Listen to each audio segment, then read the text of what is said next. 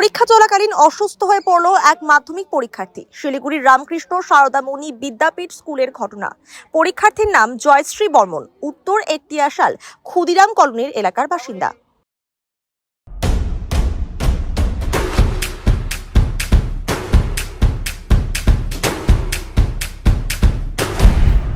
Stay tuned.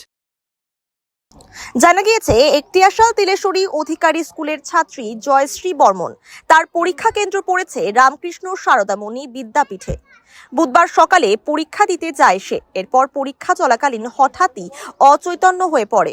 এরপর তড়িঘড়ি ছাত্রীকে শিলিগুড়ি জেলা হাসপাতালে নিয়ে যাওয়া হয়। খবর দেওয়া হয় ছাত্রীর বাড়িতে। খবর পেয়ে ছুটে আসে ছাত্রীর বাবা। পরীক্ষার্থীর বাবা বাবলু বর্মন জানান, মেয়ের অসুস্থতার খবর শুনে হাসপাতালে ছুটে আসি। আপাতত কিছুটা সুস্থ রয়েছে, তবে এই পরীক্ষা কিভাবে দেবে তা এখনো জানানো হয়নি। উনি এখনও তো সঠিক অতটা আমি বুঝতে পারলাম না।